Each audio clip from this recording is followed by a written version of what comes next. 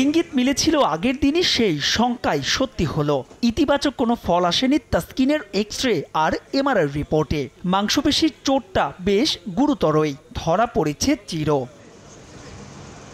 সোমবার সকালে ঢাকা এক্সপ্রেসের রিপোর্ট হাতে পায় বিসিবির মেডিকেল বিভাগ। খবরটা চাউর হয় এর কিছুক্ষণ বাদেই।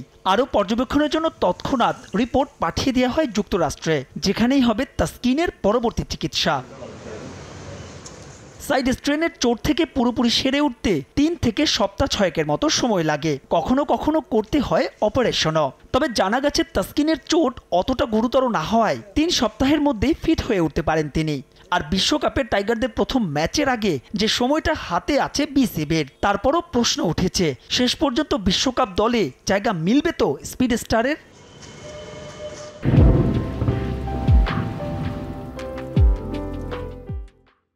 মঙ্গলবার দুপুর 12:30টায় বিশ্বকাপের জন্য যে দল ঘোষণা করবে বিসিবি, সেখানে আছে তাসকিনের নাম। মেডিকেলের রিপোর্ট হাতে পাওয়ার পরই বোর্ডের ফিজিওর অধীনে শুরু হয়ে গেছে তাসকিনের রিহ্যাব। তবে তাকে পুরোপুরি বিশ্রাম দেওয়া হচ্ছে ইউএসের বিপক্ষে 3 ম্যাচের সিরিজে। মিস করতে পারেন প্রথম 2 প্রস্তুতি ম্যাচও।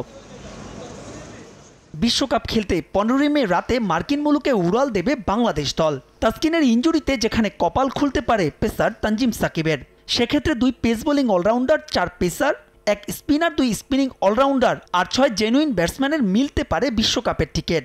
শেষ মুহূর্তের সংকটের কথা মাথায় রেখে প্রস্তুত থাকতে বলা হয়েছে পেসার হাসান মাহমুদকে, অর্থাৎ শেষ পর্যন্ত যদি ম্যাচ ফিট না হতে পারেন তাসকিন। বিশ্বকাপের পরিকল্পনা কিংবা দল ঘোষণা সব আয়োজন একদিনের জন্য হলেও পিছিয়ে গেছে তাসকিন আহমেদের ইনজুরিতে। সূত্রের খবর, শঙ্কা জাগালেও স্বস্তির বিষয় হচ্ছে সব ঠিক থাকলে হয়তো মার্কিন মুলুক আর ওয়েস্ট ইন্ডিজের বিমান ধরছেন তাসকিন। তবে বিসিবির যেই বিভাগের জন্য এমন জটিল পরিস্থিতির তৈরি, এই ঘটনা থেকে তারা শিক্ষা নেবে তো? অবশ্য ইতিহাস দেখাচ্ছে না আশার আলো। মাহবুব রিমন, সময় সংবাদ, শের-ই-বাংলা জাতীয় ক্রিকেট স্টেডিয়াম, ঢাকা।